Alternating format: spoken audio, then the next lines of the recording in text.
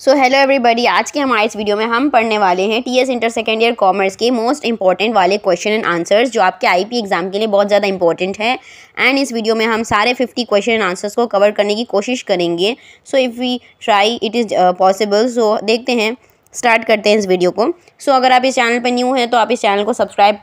कर सकते हैं। एंड इस चैनल के अंदर मैंने दूसरे सब्जेक्ट्स के वीडियोस भी अपलोड कर रखे हैं, सीसी, बाईपीसी, एमपीसी के important questions and lectures. And अगर आपको बीकॉम के भी क्वेश्चंस चाहिए तो वहाँ पर भी मैंने अपलोड कर रखा है, आप उस मेरे चैनल से जाकर चेक करके उसको देख सकते हैं।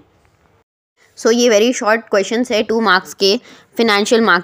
फाइनेंशियल मार्केट एक ऐसी मार्केट है जहाँ पर सेलिंग एंड बाइंग होता है of financial assets and securities, और ये यहाँ पर एक ऐसी फैसिलिटीज़ होती है जहाँ पर लोग सेविंग्स एंड इन्वेस्टमेंट को करते हैं। सो फाइनेंशियल मार्केट जो है उसको क्लासीफाई किया जा सकता है 2 टाइप्स में, money market and capital markets. जैसे इक्विटी, शेयर्स, बॉन्ड्स, डिबेंचर्स, ये सारे चीज़ें होते हैं, वो सभी चीज़ें जो इन्वेस्टमेंट से रिलेटेड है वो फाइनेंशियल मार्केट में आते हैं। Capital market long term finance के बारे में डील करता है उससे। एंड ये जो है इसके अंदर सप्लाई ऑफ फिक्स्ड कैपिटल होता है, यानी कि बिजनेस और गवर्नमेंट को कैपिटल की ज़रूरत पड़ती है, पैसों की ज़रूरत पड़ती है, तो इसके अंदर कैपिटल मार्केट में सप्लाई उनको मिल जाता है। और इसके अंदर भी shares, debentures, bonds and government securities होते हैं, इसको हम कैपिटल मार्केट कहते हैं जो लॉन्ग टर्म नेचर के हैं। स्टॉक एक्सचेंज एक ऑर्गेनाइज्ड सेकेंडरी मार्केट है जहाँ पर लिस्टेड सिक्योरिटीज़ जो है वो लाए जाते हैं एंड सेल किए जाते हैं बाय द इन्वेस्टर्स, यानी कि जो स्टॉक्स होते हैं, स्टॉक्स के जो वैल्यूज़ होती हैं, शेयर्स होते हैं, उसको हम स्टॉक एक्सचेंज कहते हैं। मोबाइल बैंकिंग ये एक ऐसी सर्विस है, इसको प्रोवाइड किया जाता है बाय द बैंक या फिर कोई फाइनेंशियल इंस्टीट्यूशन जो अलाउ करती है कस्टमर्स को कि वो अपने फाइनेंशियल ट्रांजैक्शंस को यूज़ कर सकते हैं by using the mobile device such as smartphone या फिर टैबलेट, यानी कि हम आज के ज़माने में फ़ोन पे, गूगल पे करते हैं, ये सब मोबाइल बैंकिंग होती है। सेबी का फुल फॉर्म है securities and exchange board of India. ये एक रेगुलेटरी बॉडी है सिक्योरिटीज़ एंड जो कमोडिटी मार्केट है इंडिया में उसको कंट्रोल करने के लिए, और इसका ओनरशिप जो है वो ministry of finance, government of India के अंडर है। क्रेडिट कार्ड एक कार्ड होता है जो इशू किया जाता है बाय द बैंक, और इसके अंदर जो है कस्टमर्स को पावर दी जाती है, यानी कि पैसा दिया जाता है कि वो परचेज कर सकते हैं आइटम्स को, एंड उसके बाद कुछ टाइम के पीरियड के बाद वो अमाउंट को पे कर सकते हैं, लेकिन उनको इंटरेस्ट रेट देना पड़ता है इसके अंदर।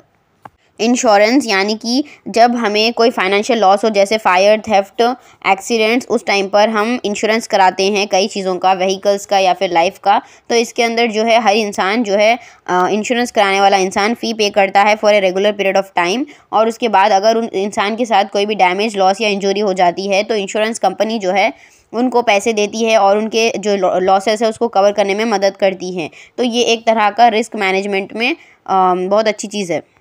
IRDAI, the insurance regulatory and development authority of India, ये एक नेशनल रेगुलेटरी बॉडी है फॉर इंश्योरेंस इंडस्ट्री, यानी कि इसके अंदर जो है life and non life insurance companies है और ये इसके अंदर काम करती हैं, इसके अंडर है। और इसके अंदर जो है वो मिनिस्ट्री ऑफ फाइनेंस जो है इसके ऊपर कंट्रोल रखती है गवर्नमेंट ऑफ इंडिया की, और इसके हेडक्वार्टर्स जो है हैदराबाद, तेलंगाना में हैं। स्टैग, यानी कि जो स्पेकुलेशंस होते हैं, जो स्टॉक्स, बॉन्ड, शेयर्स होते हैं, उस टाइम पर एक इंसान होता है जिसको हम कहते हैं स्टैग, यानी कि वो एक पर्सन की आदतों को बताया गया है, एज ए स्टैग से कंपेयर किया गया है। तो वो पर्सन जो है एक कॉशियस स्पेकुलेटर है, यानी कि वो देख समझकर इन्वेस्ट करता है, वो सब्सक्राइब करता है shares of a new company के लिए अगर वहाँ पर उस कंपनी के फेस वैल्यू जो है वो एक्सपेक्ट हो रही है कि उसके प्राइसेस अब राइज़ होने वाले हैं, उन शेयर्स के प्राइस फ्यूचर में राइज़ होने वाले हैं, तब वो इंसान उन शेयर्स को परचेज़ करता है एंड वो उस टाइप की कंपनीज़ को सेलेक्ट करता है जिसके शेयर्स बहुत ज़्यादा डिमांड में हैं। स्टॉक ब्रोकर एक प्रोफेशनल है जो कि एग्जीक्यूट करता है buying and selling orders for stocks, यानी कि जो स्टॉक्स होते हैं उसके अंदर परचेज़ करना, सेल करना, ये सारी चीज़ें स्टॉक ब्रोकर करता है। और दूसरी सिक्योरिटीज़ जो होती है उसको भी परचेज़ करना, ये सभी चीज़ों का काम जो है स्टॉक ब्रोकर का है, वो on the behalf of clients करता है, क्लाइंट्स के काम को वो खुद करता है। लेम डक एक ऐसा इंसान है, एक ऐसा इन्वेस्टर है, स्पेक्यूलेटर है जो finds it difficult to fulfil his commitment, यानी कि वो पहले एक चीज़ डिसाइड कर लेता है, कमिटमेंट कर लेता है कि कोई चीज़ होने वाली है, लेकिन अगर जो एक्सपेक्टेशंस है वो अगर डिफरेंट हो जाते हैं तो वो अगर उस इंसान को हम बियर भी कहते हैं, अगर उस इंसान के एक्सपेक्टेशंस डिफरेंट हो गए, यानी कि अगर प्राइजेस जो है सिक्योरिटी के वो अगर गिरते नहीं हैं और अगर उस इंसान को पता चलता है कि अब वो उन सिक्योरिटीज़ को बेच नहीं सकता है, तब वो बहुत ज़्यादा परेशान हो जाता है और उसको लेम डक से कंपेयर किया जाता है और एक स्ट्रेस्ड बियर से कंपेयर किया जाता है। बियर एक ऐसा स्पेक्यूलेटर है जो एक्सपेक्ट करता है कि आने वाले फ्यूचर में जो प्राइसेस है सिक्योरिटीज़ के वो गिरने वाले हैं, फॉल होने वाले हैं, और वो अग्री करता है कि जब प्राइसेस गिरेंगे तब वो सभी सिक्योरिटीज़ को सेल कर देगा at a fixed date in future. लेकिन ऐसा हो भी सकता है, ऐसा हो नहीं भी हो सकता है, बिकॉज कोई भी चीज़ स्टॉक मार्केट या शेयर्स में प्रेडिक्टेबल नहीं है, उसके अंदर कभी भी प्राइसेस ऊपर या नीचे हो सकते हैं। तो अगर प्राइसेस नहीं नीचे होते हैं तो वो सफ़र करता है। जॉबर एक सिक्योरिटी मर्चेंट है जिसका काम है इंडिपेंडेंटली काम करना। वो सभी purchases and sales of securities को अपने खुद के नाम पर करता है और वो प्रॉफिट के लिए काम करता है। बुल एक ऐसा स्पेक्यूलेटर है जो एक्सपेक्ट करता है आने वाले फ्यूचर में आने वाले सिक्योरिटी के प्राइसेस जो है वो राइज होने वाले हैं, तो वो उस टाइम पर जो है बहुत सारे सिक्योरिटीज़ को परचेज कर लेता है और डिसाइड करता है कि वो उसको सेल करेगा at a higher expected price, और वो उन सभी सिक्योरिटीज़ को प्राइस जब बढ़ जाती है तभी उन सभी को डिलीवरी देता है, यानी कि उनको सेल कर देता है। तो जो बुल है वो ऑप्टिमिस्टिक है, लेकिन जो बियर है वो पेसिमिस्टिक है, बिकॉज वो प्राइसेस का गिरने का वेट करता है, लेकिन बुल्स प्राइस के बढ़ने का वेट करता है। म्यूचुअल फंड एक ऐसा इन्वेस्टमेंट पूल है, इसके अंदर बहुत सारे इन्वेस्टर्स जो है वो मिलकर एक कॉमन फाइनेंशियल गोल डिसाइड करते हैं और वो सभी लोग उसमें इन्वेस्ट करते हैं। ये एक फाइनेंशियल व्हीकल है जिसके अंदर लोग बहुत ज़्यादा पैसों को इसमें डालते हैं एंड कलेक्ट करते हैं इन्वेस्टर्स से और इन्वेस्ट करते हैं सिक्योरिटीज़ में, जैसे stocks, bonds, money market instruments and other assets. Savings account हर एक बैंक अपने एक इंडिविजुअल कस्टमर को एक सेविंग्स अकाउंट देता है। सो इसके अंदर जो है वो डिपॉजिट करने के लिए होता है, ये अमाउंट ये बैंक्स प्रोवाइड करते हैं। सो इसके अंदर हर इंडिविजुअल जो है एक स्मॉल सेविंग्स या फिर जो स्मॉल इनकम है उसको डिपॉजिट कर सकता है और इंटरेस्ट अर्न कर सकता है। इसके अंदर जो मनी डिपॉजिट की जा सकती है कभी भी, एंड इसके अंदर का जो पैसा है उसको कभी भी विड्रॉ किया जा सकता है, बट इसके अंदर जो मैक्सिमम अमाउंट है वो एक सर्टेन लिमिट के अबव नहीं जा सकता है। ओवरड्राफ्ट एक ऐसी फैसिलिटी है, ये जो है वो बिजनेसमैन जो होते हैं, जो ट्रेडर्स होते हैं, उनको ये प्रोवाइड की जाती है। सो बेसिकली इसके अंदर जो है यूज़र्स जो है वो विड्रॉ कर सकते हैं more than that they have in their bank account, यानी कि अगर बिजनेसमैन को पैसों की एक्स्ट्रा ज़रूरत पड़ जाती है और अगर उनके अकाउंट में ज़ीरो बैलेंस भी है तो वो और विड्रॉ कर सकते हैं, और वो इन जो पैसे उन्होंने विड्रॉ किए हैं उसके ऊपर वो बैंक को इंटरेस्ट देते हैं और बाद में उनको वो पे करना होता है। सो जो डिपॉजिटर के पास एक करंट अकाउंट होना ज़रूरी है और वही इंसान को ये ओवरड्राफ्ट की फैसिलिटी दी जाती है। एंडोमेंट पॉलिसी ये एक इंश्योरेंस पॉलिसी है जिसके अंदर ये एक लिमिटेड पीरियड के लिए है या फिर एक पर्टिकुलर एज के लिए है, यानी कि एक इंसान अपनी लाइफ में इंश्योरेंस में इन्वेस्ट कर सकता है जब तक फॉर ए पर्टिकुलर पीरियड, यानी कि 5 या 10 साल तक, या फिर जब तक उस इंसान की डेथ ना हो जाए, यानी कि उसने जो सारा इन्वेस्टमेंट किया है वो सारा अमाउंट और उसको थोड़ा सा जो अमाउंट है एक्स्ट्रा वो दिया जाता है अगर वो इंसान की डेथ हो जाती है या फिर वो पीरियड एंड हो जाता है तब। तो ये एक पॉलिसी है और इसके अंदर जो मनी है वो ड्यू हो जाती है at the end of the period specified in the policy. Whole life policy ये भी एक इंश्योरेंस पॉलिसी है, ये whole term of the life के लिए है एश्योर्ड के, यानी कि जिस इंसान के नाम से इंश्योरेंस किया गया है उसकी सारी ज़िंदगी के लिए होती है और तब तक ये प्रीमियम पे करना होता है, उस अमाउंट को पे करते रहना पड़ता है इंश्योरेंस के, तब तक वो इंसान ज़िंदा है। एंड जब उस इंसान की डेथ हो जाती है तो वो सारा अमाउंट जो है वो वापस दिया जाता है by the insurance company. NEFT national electronic fund transfer ये एक कंट्री का wide electronic fund transfer system है। इससे हम जो है वो मनी को सेंड कर सकते हैं एक बैंक अकाउंट से दूसरे बैंक अकाउंट में। RTGS real time gross settlement ये एक फ़ंड ट्रांसफ़र मेथड है, इससे जो मनी है वो सेंड किया जाता है रियल टाइम में, मतलब इसमें जो है इसकी मदद से हम जब उस अमाउंट को सेंड कर सकते हैं, इसके अंदर कोई भी तरह की डिले नहीं होती है। बैलेंस रीजनल डेवलपमेंट यानी कि हर एरिया, हर जो जगह है, रीजन है, उस जगह को फुलेस्ट डेवलपमेंट दिया जाना चाहिए। वहाँ पर हर तरह की पोटेंशियल जो है उस रीजन के उसको सही तरह से यूज़ किया जाना चाहिए उसकी कैपेसिटी के हिसाब से, यानी कि जो गरीब एरियाज़ है, बैकवर्ड एरियाज़ है, वहाँ पर ज़्यादा इंपॉर्टेंस दी जानी चाहिए, डेवलपमेंट किया जाना चाहिए, वहाँ पर इकोनॉमिक प्रोग्रेस लाया जाना चाहिए। एंटरप्रेन्योर एक बिजनेस पर्सन होते हैं, एक इंडिविजुअल होते हैं जो क्रिएट करते हैं एक बिजनेस या फिर एक एंटरप्राइज, और वो सारे रिस्क को बेयर करते हैं और सारे जो रिवॉर्ड्स है या प्रॉफिट्स है उसको अर्न करते हैं, एंजॉय करते हैं। फेबियन एंटरप्रेन्योर्स जो है वो एक तरह के बिजनेस पर्सन हैं और ये बहुत ज़्यादा हाईली कॉन्शियस एंटरप्रेन्योर्स होते हैं, यानी कि ये सिंपली जो इनके सक्सेसर्स है, यानी कि इनके फैमिली में या फिर इनके ऑलरेडी जो बिज़नेस चलता आ रहा है उसी चीज़ों को ये फॉलो करते हैं, कैरी फॉरवर्ड करते हैं, उन्हीं के फुट स्टेप्स को ये चलकर अपने सक्सेसर्स के आगे बढ़ाते हैं बिज़नेस को। ये लोग रिस्क लेना बिल्कुल पसंद नहीं करते एंड ये बहुत ज़्यादा स्पेक्टिकल है इनके अप्रोचेस में। ये कोई भी तरह का नया इनोवेटिव चेंज लाना नहीं पसंद करते, इनको न्यू टेक्नोलॉजीज़ बिल्कुल भी पसंद नहीं होती है। ड्रोन एंटरप्रेन्योर्स एक तरह के एंटरप्रेन्योर है जो बिल्कुल चेंजेस अवॉइड करते हैं और उन लोगों को फेबियन एंटरप्रेन्योर से ज़्यादा वो लोग बहुत ज़्यादा रिजिड होते हैं, यानी कि वो प्रेफर करते हैं अपने बिजनेस को क्लोज कर देना, लेकिन वो कोई भी एक्सेप्ट नहीं करते चेंजेस को। एंड जो ड्रोन एंटरप्रेन्योर्स है वो बहुत ज़्यादा रिजिड है, यानी कि वो चेंजेस नहीं लाना चाहते as compare to Fabian entrepreneurs. Adaptive और इमिटेटिव एंटरप्रेन्योर्स, तो जो इस तरह के एंटरप्रेन्योर्स है ये लोग खुद से कोई भी चीज़ को इनोवेट नहीं करते हैं, लेकिन ये लोग जो सक्सेसफुल इनोवेशंस बनाए गए हैं बाय द अदर एंटरप्रेन्योर्स उन इनोवेशंस को फॉलो करते हैं instead of innovating new things. ये जस्ट जो दूसरे लोगों ने टेक्निक्स लाए हैं, सक्सेसफुल टेक्निक्स और टेक्नोलॉजी बनाए हैं दूसरे एंटरप्रेन्योर्स ने, ये उन सभी चीज़ों को कॉपी करते हैं, इमिटेट करते हैं। होलसेल ट्रेड का मतलब होता है गुड्स को परचेज कर लेना लार्ज क्वांटिटीज़ में प्रोड्यूसर से, और फिर उसके बाद जो है स्मॉल क्वांटिटीज़ में रिटेलर्स को सेल किया जाता है और रिटेलर्स फिर उसको कस्टमर्स को सेल करते हैं। ब्रिज लोन्स, जो एंटरप्रेन्योर्स है वो उनको प्रोजेक्ट्स को स्टार्ट करना होता है और उनके पास उतना टाइम नहीं होता है कि वो बड़े वाले टर्म लोन्स को अप्लाई होने तक और ऑब्टेन होने तक वेट करे, तो इसीलिए वो ब्रिज लोन्स को भी यूज़ करते हैं, लेते हैं। ये शॉर्ट टर्म लोन होता है जो एनेबल करता है एंटरप्रेन्योर को कि वो अपना प्रोजेक्ट जो है उसके इम्प्लीमेंटेशन को कंटिन्यू कर सके। चीप जैक्स जो है ऑपरेट करते हैं अपने बिजनेस को from small hired shops for a specific period, यानी कि हम देखते हैं छोटे छोटे दुकानों के जो लोग होते हैं अपने बिजनेस को चलाते हैं उनको चीप जैक्स कहा जाता है, और अगर वहाँ पर ट्रेड अच्छे से नहीं चल रहा है उस पर्टिकुलर एरिया में तो वो लोग दूसरी जगहों पर शिफ्ट हो जाते हैं और ये लोग जो है लो कॉस्ट आइटम से डील करते हैं।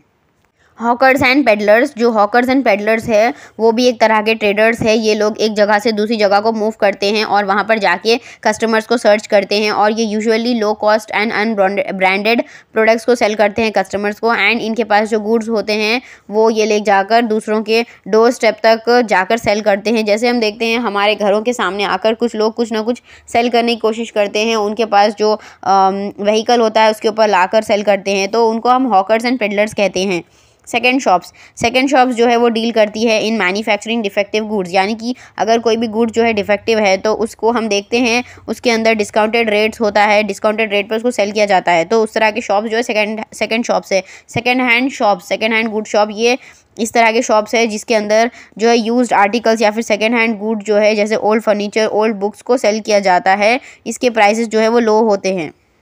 एंट्री पोर्ट ट्रेड, यानी कि जब गुड्स को दूसरी कंट्री से इंपोर्ट किया जाता है और फिर बाद में उन्हीं गुड्स को लेटर री एक्सपोर्ट किया जाता है, यानी कि हम किसी कंट्री से कम पैसों में कोई चीज़ को लाते हैं और फिर दूसरी कंट्री में उसको थोड़ा प्राइसेस बढ़ाकर उसको एक्सपोर्ट कर देते हैं, तो इससे हमें जो प्रॉफिट होता है। तो ये जो बिज़नेस है एक प्रोसेस है ये, और इस प्रोसेस को हम एंट्री पोर्ट ट्रेड कहते हैं। मल्टीपल शॉप्स जो है वो आइडेंटिकल शॉप्स होते हैं जो एक ही तरह का स्टैंडर्डाइज एंड ब्रांडेड प्रोडक्ट्स को सेल करते हैं in different parts of a particular place, city और टाउन। जैसे हम देखते हैं आज के ज़माने में बहुत सारी ब्रांचेस खुल गई है एक शॉप की, तो वो मल्टीपल शॉप्स कहलाते हैं।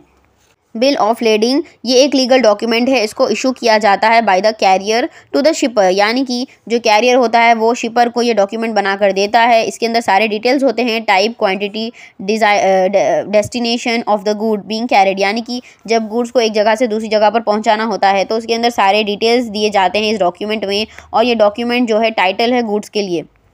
लेटर ऑफ क्रेडिट, ये ऑब्टेन किया जाता है by the exporter to satisfy himself about the credit worthiness of an importer, यानी कि जो एक्सपोर्टर है वो ये मांगता है इम्पोर्टर से ताकि वो सेटिस्फाई हो सके कि जो इम्पोर्टर है उसके पास अच्छा खासा पैसा है, अच्छा खासा वर्ती इंसान है, ताकि वो अगर इन गुड्स को लेकर जाता है तो बाद में वो इन गुड्स को पे कर सके, उनके पास उतना पैसा हो कि वो उन सभी चीज़ों को पे कर सके। इसके लिए जो है जो एक्सपोर्टर है वो लेटर ऑफ क्रेडिट मांगता है इंपोर्टर से। जो इंपोर्टर है वो अपने बैंक से जाकर ये डॉक्यूमेंट लाता है और बैंक जो है ये इशू करता है कस्टमर्स को उनकी क्रेडिट वर्थीनेस सर्टिफाई करने के लिए। मराइन इंश्योरेंस यानी कि ये पानी का इंश्योरेंस होता है, यानी कि जो शिप होते हैं, कार्गो होते हैं, उसके अंदर बहुत सारे रिस्क होते हैं, जैसे शिप्स डूबने का या फिर उसके अंदर जो आइटम जा रहा है कार्गो वो भी डूबने का चांस होता है, जिसमें बहुत ज़्यादा लॉस का रिस्क होता है। तो इसके अंदर इंश्योरेंस किया जाता है। इंश्योरेंस कंपनी जो है इसके अंदर अग्री करती है कि शिप के जो रिस्क है उसको मैनेज किया जाएगा और मैराइन एडवेंचर को मतलब इस तरह से मैराइन चीज़ों को इसमें कैलकुलेट किया जाता है। Bonded warehouse. So bonded warehouses एक तरह के वेयरहाउस होते हैं, ये लोकेट किए जाते हैं पोर्ट के आसपास, यानी कि जो शिप्स के पोर्ट्स होते हैं वहाँ पर ये बनाए जाते हैं और जो इंपोर्टर्स हैं उनकी कन्वीनियंस के लिए ये बनाए जाते हैं। सो बेसिकली पोर्ट अथॉरिटीज़ जो है बड़े बड़े वेयरहाउसेस को बनाते हैं और लोगों को देते हैं कि अगर कोई भी बाहर से गुड्स को ला रहे हैं तो वहाँ पर स्टोर कर सकते हैं और एक रीज़नेबल रेंट लिया जाता है उन लोगों से। सो जो इम्पोर्टर है उसका जो इम्पोर्ट करके उसने गुड्स लाए हैं उसको एक बॉन्ड एग्जीक्यूट करना होता है जहाँ पर वो पे करता है। अगर वो पे कर रहा है तो उसको बॉन्ड के ज़रिए पे करना होता है अपने गुड्स को ले जाने के लिए। सर्टिफिकेट ऑफ ओरिजिन, ये एक सर्टिफिकेट है, इसके अंदर जो है नेम ऑफ़ द कंट्री और जहाँ पर गुड्स को मैन्युफैक्चर या प्रोड्यूस किया गया है वो सारी डिटेल्स दी जाती है और ये एक ऑथराइज्ड चैम्बर ऑफ कॉमर्स और ट्रेड काउंसिल जो है वो इशू करती हैं certificate of origin. Exchange rate, यानी कि जो रेट ऑफ करेंसी है हमारी इंडिया की, फॉर एग्जांपल वो 1 रुपी है, लेकिन अमेरिका के $70 इंडिया के वो एक $1 बनते हैं। तो ये जो है डिफरेंस हमारी और उनकी करेंसी के बीच वो एक्सचेंज रेट कहलाता है। The rate at which the currency of one country is exchange for the currency of another country is called exchange rate. So ये जो है वो चेंज होती रहती है day by day. Project report, ये एक डॉक्यूमेंट है, इसको प्रिपेयर किया जाता है बाय द बिजनेसमैन, जहाँ पर वो लोग अपने सारे आइडियाज़ जो है, सारा इन्फॉर्मेशन जो है वो इस प्रोजेक्ट रिपोर्ट में लिखते हैं ब्लैक एंड वाइट में, यानी कि वो इसमें सारी डिटेल्स को देते हैं। कंज्यूमर इनवॉइस, सो ये एक डॉक्यूमेंट है, ये एनेबल करती है इंपोर्टर को कि वो ऑब्टेन कर सकता है prompt clearance of good at the port of destination, यानी कि जब एक इंपोर्टर गुड्स को बाहर से मंगाता है तो उसके पास एक प्रॉम्प्ट क्लियरेंस होने चाहिए, यानी कि वो गुड्स जब वहाँ से आते हैं पोर्ट के पास, यानी कि शिप से आते हैं, तब उसका ये डॉक्यूमेंट दिखाकर वो अपने गुड्स को ले जा सकता है और उसके पास एक क्लियरेंस होता है कि उसके पास ये राइट है वो गुड्स को अब ले जा सकता है। कंट्रोल एक ऐसा प्रोसेस है जिसके अंदर इंश्योर किया जाता है कि जो एक्चुअल एक्टिविटीज़ है ऑर्गेनाइजेशन में वो एज़ पर जा रहे हैं, as per the planned activities, यानी कि कंट्रोल का मतलब होता है कि जब हम प्लान्ड एक्टिविटीज़ बना लेते हैं, जैसे कि हम गोल्स बना लेते हैं, तो हमें ये देखना पड़ता है कि हम हमारे गोल्स के हिसाब से काम कर रहे हैं, हमारे ऑर्गेनाइजेशन के सारे गोल्स को अचीव कर रहे हैं और हमारा एक्चुअल प्रोसेस जो है वो प्लान्ड एक्टिविटीज़ के हिसाब से जा रहा है। इसको हम कंट्रोल कहते हैं इस प्रोसेस को। इसकी मदद से जो है हम सारे ऑर्गेनाइजेशन के गोल्स को अचीव कर सकते हैं। स्टाफिंग एक ऐसा प्रोसेस है मैनेजमेंट का, इसके अंदर जो है हम मेन चीज़ ये करते हैं कि हम जो ह्यूमन वर्कफोर्स है, यानी कि हमें जब स्टाफ की ज़रूरत पड़ती है हमारे ऑर्गेनाइजेशन में, तो हम उसको ऑब्टेन करते हैं, यूटिलाइज़ करते हैं, मेंटेन करते हैं एक अच्छा satisfactory and satisfied workforce. Esprit de corps मतलब यूनियन इज स्ट्रेंथ जो आती है harmony of personal working in the organisation, यानी कि जब ऑर्गेनाइजेशन के अंदर सभी लोग मिलजुल कर काम करेंगे, सारे एम्प्लॉयज़ जो है, मैनेजर्स जो है, जो टॉप लेवल है, lower level, middle level management, सभी मिलकर काम करेंगे और प्लान्स बनाएंगे, सही से अच्छे से हार्मोनी होगी वहाँ पर, तो वहाँ पर काम अच्छे से होगा। और इसके अंदर यूनियन इज स्ट्रेंथ कहा गया है, यानी कि यूनाइटी होनी ज़रूरी है।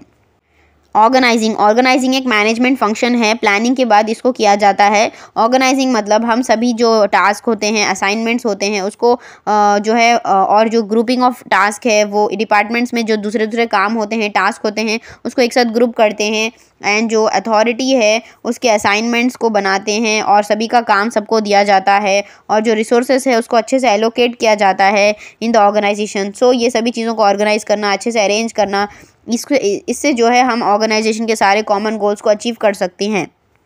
प्लानिंग एक इम्पॉर्टेंट फंक्शन है मैनेजमेंट का, यानी कि प्लानिंग के साथ हम जो है बहुत सारे आइडियाज़ को सेट करते हैं और हम सोचते हैं कि हमें क्या करना है हमारे आने वाले फ्यूचर में। ये जो है इससे हम हमारे फ्यूचर के बारे में डिसाइड करते हैं कि हमारे ऑर्गेनाइजेशन में हम क्या क्या गोल्स चाहते हैं, या फिर हम हर इंसान प्लान्स बनाता है ताकि वो अपने आने वाले फ्यूचर कोर्स ऑफ एक्शन को अचीव कर सकें। फ्यूचर में जो होने वाली चीज़ है उसको अचीव करने के लिए ऑब्जेक्टिव्स को सेट करते हैं, प्लान्स बनाते हैं, गोल सेट करते हैं। ये इसलिए प्लानिंग बहुत ज़्यादा इंपॉर्टेंट फंक्शन है मैनेजमेंट का।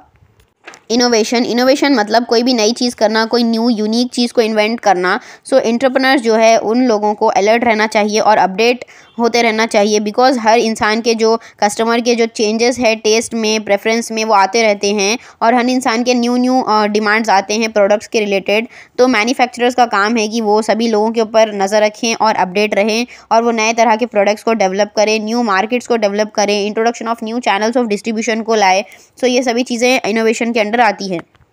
Paused Corp. So POSDCORB एक शॉर्ट फॉर्म है, इसका फुल फॉर्म हम देख सकते हैं planning, organising, staffing, directing, coordinating, reporting and budgeting. So इन सभी का फर्स्ट लेटर लिया गया है जिसको हम पॉज्ड कॉर्प बोलते हैं। सो बेसिकली ये मैनेजरल फंक्शंस है। मैनेजमेंट जो ऑर्गेनाइजेशन का होता है उनका काम होता है ये सभी चीज़ों के ऊपर ध्यान रखना, सभी चीज़ों को प्लान करना, ऑर्गेनाइज करना और सभी को अच्छे काम देना, स्टाफ अच्छा मेंटेन करना, डायरेक्ट करना यानी कि सभी को एक्सप्लेन करना काम किस तरह से है, कोऑर्डिनेट करना, हर एक डिपार्टमेंट को दूसरे डिपार्टमेंट से कोऑर्डिनेट करना, रिपोर्ट करना यानी कि जो टॉप मैनेजमेंट है वो उसके पास जाकर जो लोअर लेवल मैनेजर्स है वो उनको रिपोर्ट करते हैं। एंड बजटिंग करना यानी कि कितना एक्सपेंस आने वाला है इन सभी बिजनेस एक्टिविटीज़ से, वो सभी चीज़ों को बजटिंग करना। ये सभी चीज़ें बहुत इंपॉर्टेंट होती है एक बिज़नेस को ग्रो करने के लिए, ये मैनेजमेंट के काम होते हैं। तो इससे जो है हम ऑर्गेनाइजेशनल गोल्स को अचीव कर सकते हैं। मनी मार्केट एक क्रेडिट मार्केट है। इसके अंदर जो है जो इंस्ट्रूमेंट्स है वो डेब्ट के, वो आसानी से हम इसको ट्रांसफ़र कर सकते हैं, कैश में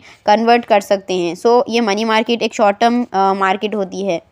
सो यहाँ पर हमने 50 क्वेश्चन आंसर्स को कंप्लीट कर लिया है और सभी चीज़ों को मैं एक्सप्लेन कर चुकी हूँ। अगर फिर भी आपको कोई डाउट्स है तो आप कमेंट सेक्शन में पूछ सकते हैं एंड आप इस चैनल को सब्सक्राइब कर सकते हैं जहाँ पर मैं बहुत सारे दूसरे वीडियोस भी लाती रहती हूँ। सो अगर आपको कोई दूसरे सजेशंस भी है वीडियोस बनाने के तो आप वो भी कमेंट कर सकते हैं।